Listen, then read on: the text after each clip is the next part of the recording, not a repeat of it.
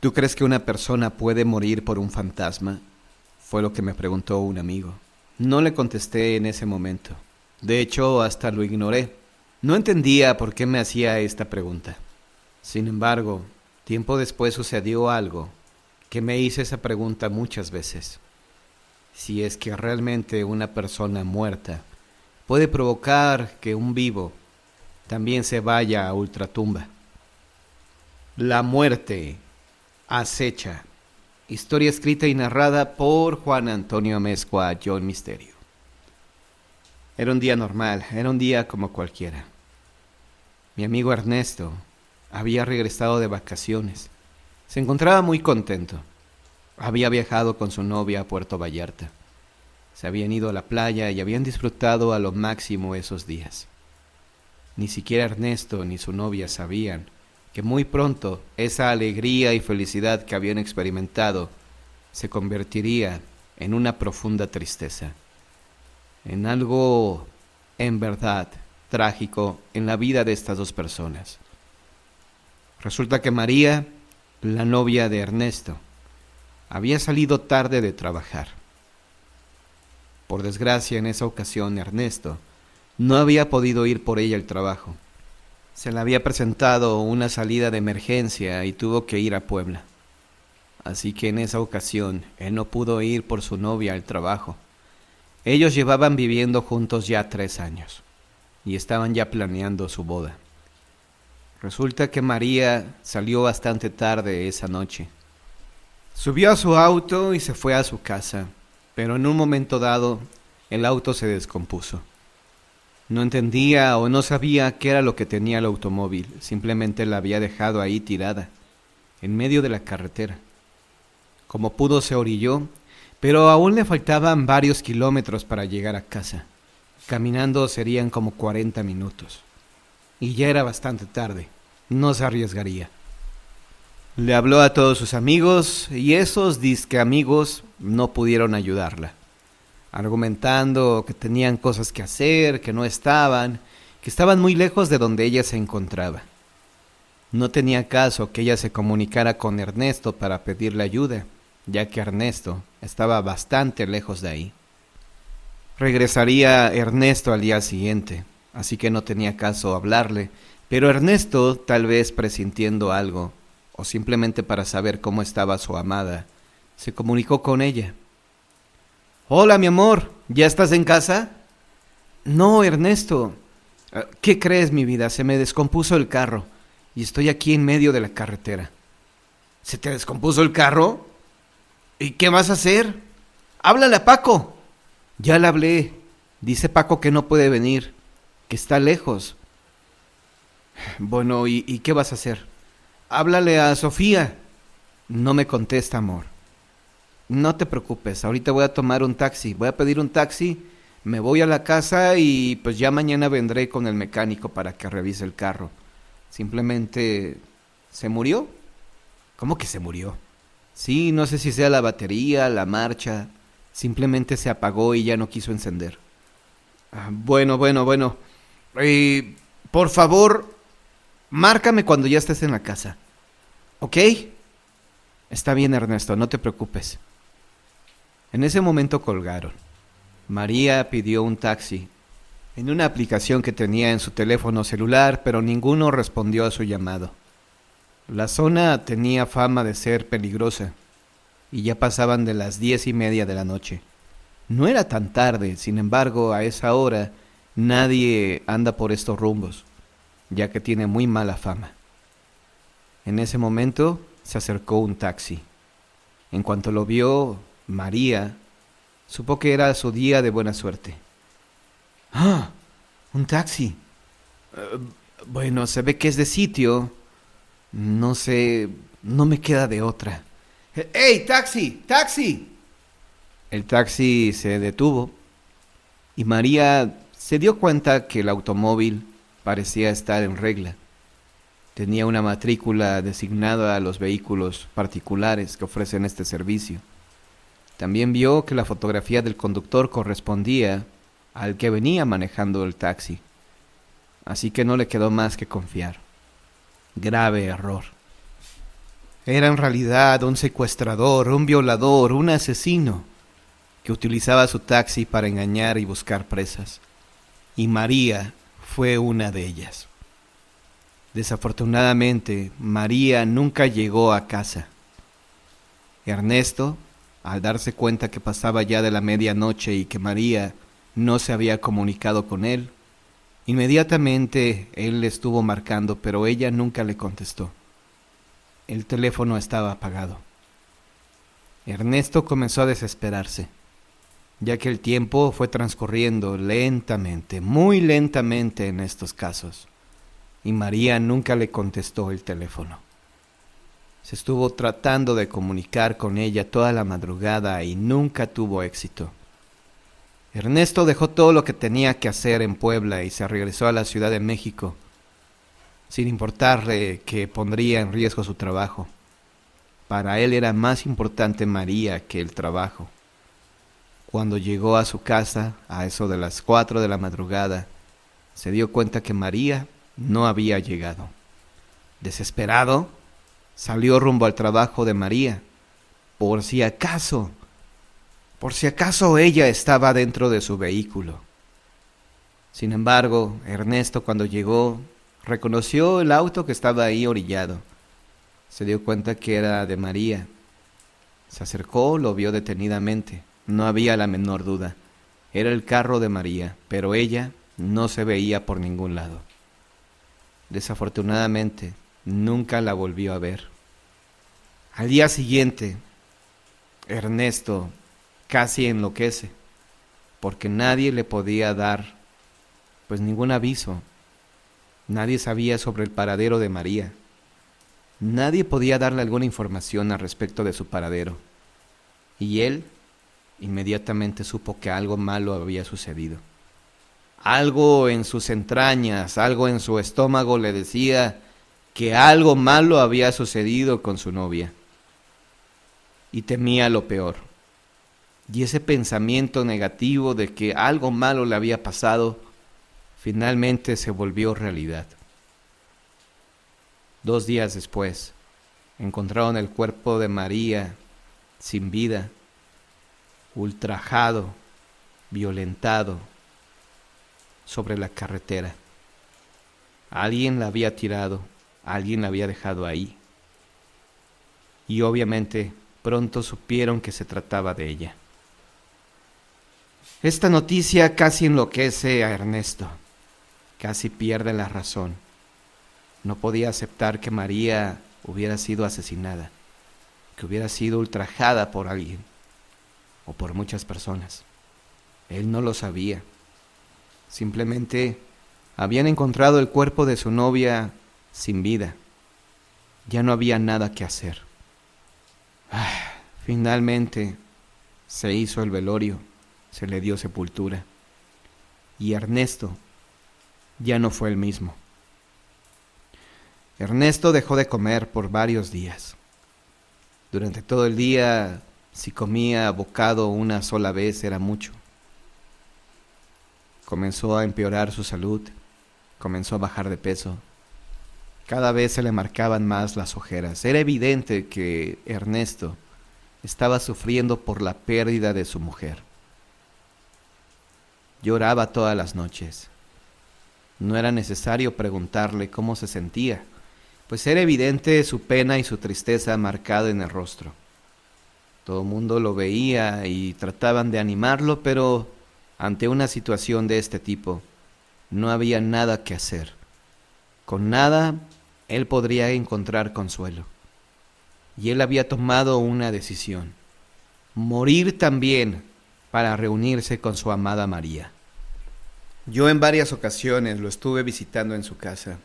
A veces llegaba y le tocaba el timbre, y él no salía. Yo veía claramente cómo él se asomaba por detrás de una ventana. Lograba ver su silueta, pero él simplemente no salía. No quería hablar con nadie, no quería platicar con nadie. No le importó dejar su trabajo.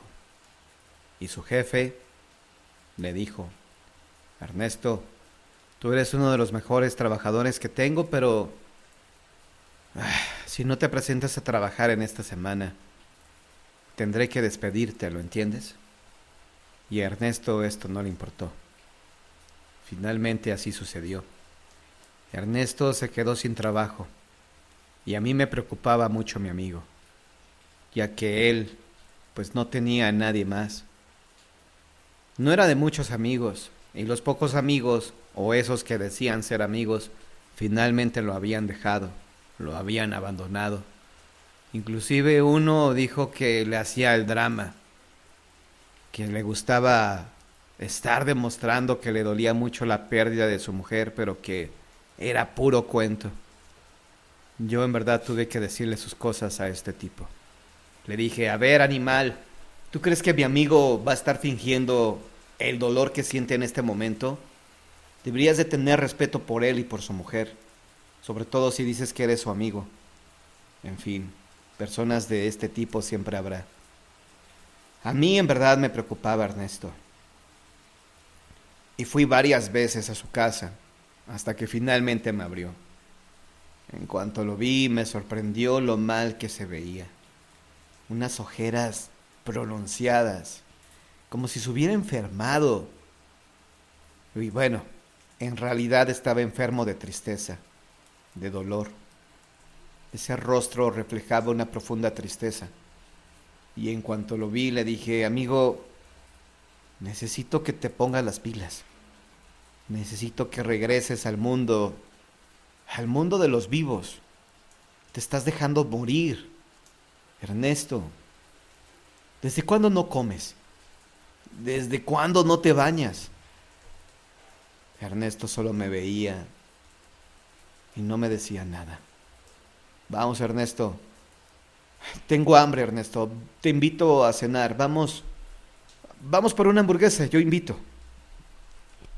Ernesto, por favor, hazme caso, amigo. Vamos a cenar. Finalmente logré convencerlo.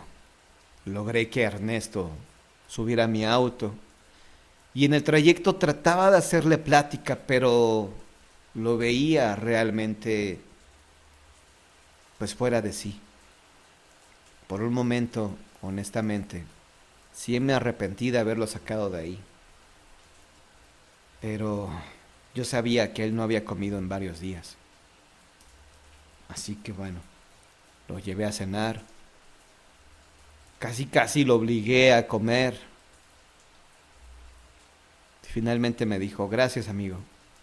Vaya, me daba las gracias por algo que cualquiera de sus amigos hubiera hecho. Pero él sabía perfectamente que esos disque amigos eran en realidad unas sandijuelas que se habían aprovechado de él cuando estaba bien. Mi amigo era muy espléndido, siempre invitaba a cenar, siempre pagaba los tragos, siempre pagaba la comida o la cena, ya que tenía un excelente trabajo y ahora lo había perdido. Pero a él eso no le importaba, pues había perdido lo que más amaba en esta vida, que era a María, y sobre todo en estas circunstancias tan horribles. Finalmente Ernesto comenzó a hacerme la plática y me dijo, amigo, ¿tú crees que un muerto te puede quitar la vida? ¿Tú crees que un muerto se puede alimentar de tu energía? ¿Por qué me haces esa pregunta, Ernesto? Responde primero. ¿Tú crees que un muerto se puede alimentar de un vivo? Bueno, no sé mucho del tema. No es algo que me llame la atención. Supongo que sí. Yo me quiero imaginar que un muerto, al ya no tener un cuerpo físico, necesita alimentarse de algún modo. De alguna manera se ha de alimentar y he escuchado hablar de muchas cosas, de los llamados vampiros energéticos, pero tú sabes muy bien que ese tipo de historias a mí no me atraen, no me gustan. Se me hacen historias para espantar a niños en las noches de Halloween, pero no creo que nada de eso sea verdad. Te equivocas, me dijo Ernesto. María me ha estado visitando cada noche. Dejé de comer. Casi tiro la hamburguesa que tenía sostenida en mi mano. Me le quedé viendo fijamente. No podía creer lo que me había dicho. Ernesto, sé que estás perturbado, sé que tienes muy poco de haber perdido a María, pero por favor, tú estarás de acuerdo conmigo que ese tipo de historias de fantasmas no existen. Tú y yo hemos platicado mucho sobre eso. Solamente lo hemos platicado para divertirnos y sentir un poco de miedo, pero los fantasmas no existen, Ernesto.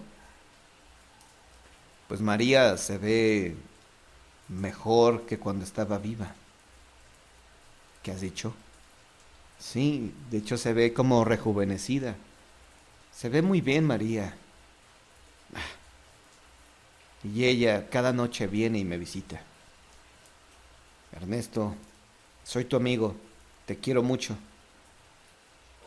Eres como el hermano que nunca tuve, Ernesto, pero estarás de acuerdo que no puedo creer en lo que tú me dices. Tal vez, querido amigo, estás ya mal de tu cabeza.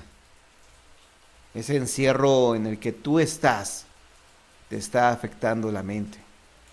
Yo creo que lo mejor que tendrías que hacer es salir de ahí, cambiarte de domicilio. De hecho, si quieres, te puedes venir a vivir conmigo un tiempo. No, amigo, no quiero darte lata. Tú sabes que no es darme lata. Tú sabes que te quiero como si fueras mi hermano. Nos conocemos de toda la vida, Ernesto. Y yo estoy aquí apoyándote en este momento tan difícil para ti. No te preocupes por mí, amigo. Yo voy a estar bien. Voy a estar bien cuando me reúna con María. Otra vez. Ernesto, créeme que no es nada agradable escuchar ese tipo de cosas. ¿Qué cosas? ¿Cómo que qué cosas, Ernesto? Me estás diciendo que María... María tiene más de un mes que falleció, Ernesto. No puede ser María quien te esté visitando cada noche. Debes estar alucinando ya, amigo. Y eso se debe porque no has comido bien. No has dormido bien, Ernesto. Mírate. Tienes unas ojeras horribles. Mira, estas ojeras que tengo no es porque no duerma bien. Casi todo el día me la paso dormido. Entonces, es María, amigo. María me visita cada noche. Se alimenta de mí. Siento que se está alimentando de mí. No sé cómo explicarlo, pero cada vez me siento más débil. Mira, Ernesto, vamos a suponer que sea verdad lo que me estás diciendo. Con mayor razón, creo que lo mejor sería que vivieras conmigo este tiempo. No, amigo. De mi casa ya nadie me saca. Tengo a María conmigo nuevamente y con ella quiero estar eternamente.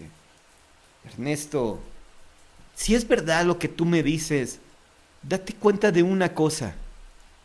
Ella te está provocando que te mueras lentamente. Y es lo que yo quiero. ¿Quieres morir? Sí. A mí no me importa la vida si no está ella. Yo lo que más quiero es reunirme con María, con el amor de mi vida. No sé qué decirte, Ernesto. Me gustaría decirte que yo creo que a ella no le gustaría que tú murieras. Pues yo creo que a ella sí le gusta la idea. Cada noche me visita y siento que cada vez que me besa me está robando mi vida, me está robando mi energía. Amigo, creo que necesitas ayuda psicológica. Creo que el encierro te está volviendo loco. No, yo estoy bien. Estoy mejor que nunca. ¿Cómo vas a estar mejor que nunca, Ernesto? Mírate en ese espejo. Mírate cómo luces. Todo pálido, todo demacrado, con unas ojeras terribles. A mí no me importa. Estoy nuevamente con María y nadie nos va a separar. Está bien, lo que tú digas, Ernesto. Esa noche ni siquiera terminé la cena. Pensé que lo mejor era llevar a Ernesto a su casa, y así lo hice. Lo llevé de vuelta. Me orillé, obviamente, para que él bajara del auto. Vi cómo me saludó por última vez y se metió a su casa. Yo me quedé ahí todavía un instante. No sabía qué pensar o qué hacer. Después de un rato, lo mejor que hice fue pues irme a mi casa a descansar.